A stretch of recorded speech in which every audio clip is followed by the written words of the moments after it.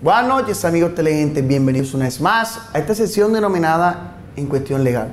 En el día de hoy estaremos hablando de un tema muy interesante para todos los televidentes. Vamos a hablar sobre el matrimonio.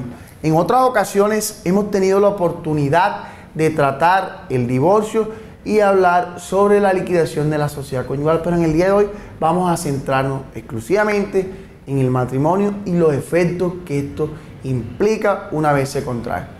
En primer lugar, hay que decir que en Colombia el matrimonio es un contrato solemne, lo que indica que para que tenga una validez tiene que cumplir con los requisitos legales establecidos en el Código Civil colombiano.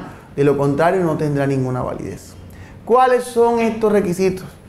El primer requisito es que se realice ante la autoridad competente, que puede ser el juez de la ciudad o municipio donde vayan a contraer matrimonio o el notario de ese círculo. Yo no puedo realizar un matrimonio en mi casa con un contrato privado. Un contrato de arrendamiento yo lo puedo firmar en privado y tiene validez. O un contrato de prestación de servicios profesionales lo firmo en mi casa y también tiene validez. Pero un matrimonio no.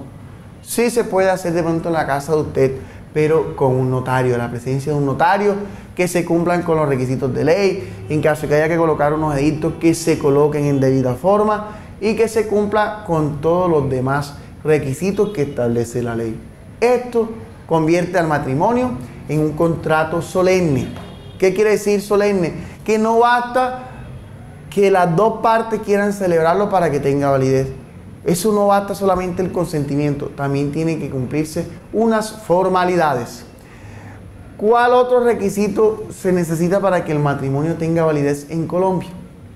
El otro requisito que se necesita es que se cumpla con lo establecido en el artículo 1502 del Código Civil colombiano.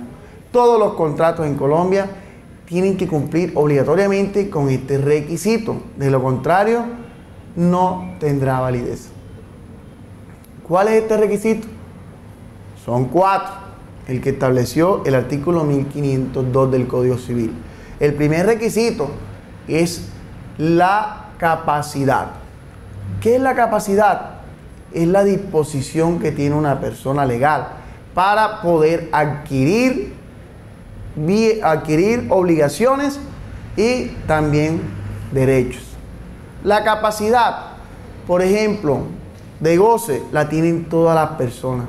Es la capacidad que usted tiene para recibir. Por ejemplo, un menor de edad, un niño de 2 años, tiene la capacidad para que usted le realice una donación de una casa. Si quiere donarle la casa a ese menor, puede hacerlo.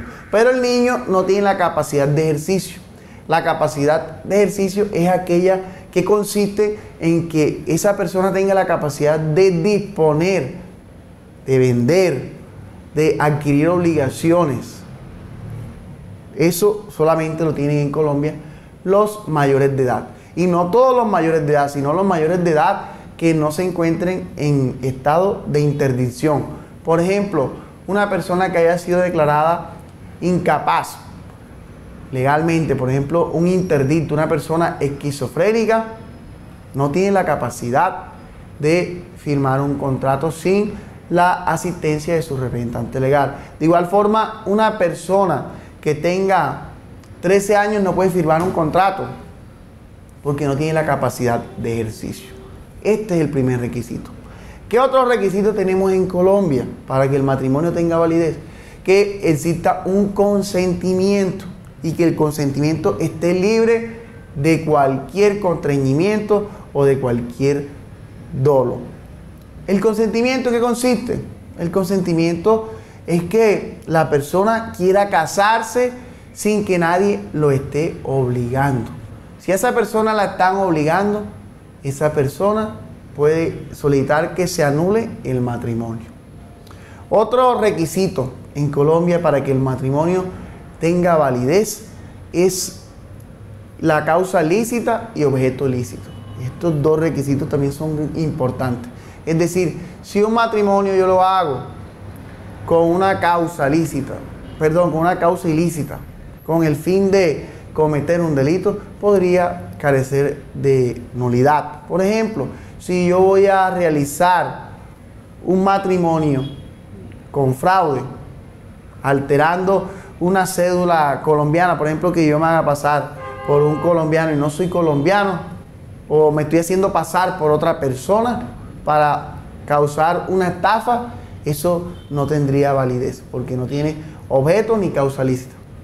Ese caso puede pasar donde yo cojo la cédula de otra persona y me hago pasar por esa persona, firmo, y allí estaría cometiendo un delito. Y de paso ese matrimonio no tendría validez porque se podría demandar para que se declare su nulidad. Hay que decir también, amigos televidentes, que en Colombia, generalmente, cuando usted contrae matrimonio, nace a la vida jurídica una sociedad conyugal. ¿Qué quiere decir esto? Nace una masa de bienes, un conjunto de bienes que a partir de ese momento, cuando esos bienes se adquieran, por ejemplo, a título oneroso, que uno los compre, un cónyuge de la sociedad conyugal los compre, empiezan a ser parte de la sociedad conyugal. No solo empiezan a ser parte del cónyuge, sino de la sociedad conyugal. Esto ocurre en los casos cuando se celebra un matrimonio y no se firman capitulaciones. Usted puede contraer matrimonio y antes del matrimonio usted suscribe capitulaciones. Y con eso puede, si usted quiere, que no se mezclen sus bienes. Pero si no firma esas capitulaciones, nacerá a la vida jurídica una sociedad conyugal, que en muchos casos puede ser beneficioso para ambos cónyuges y en otras puede ser perjudicial.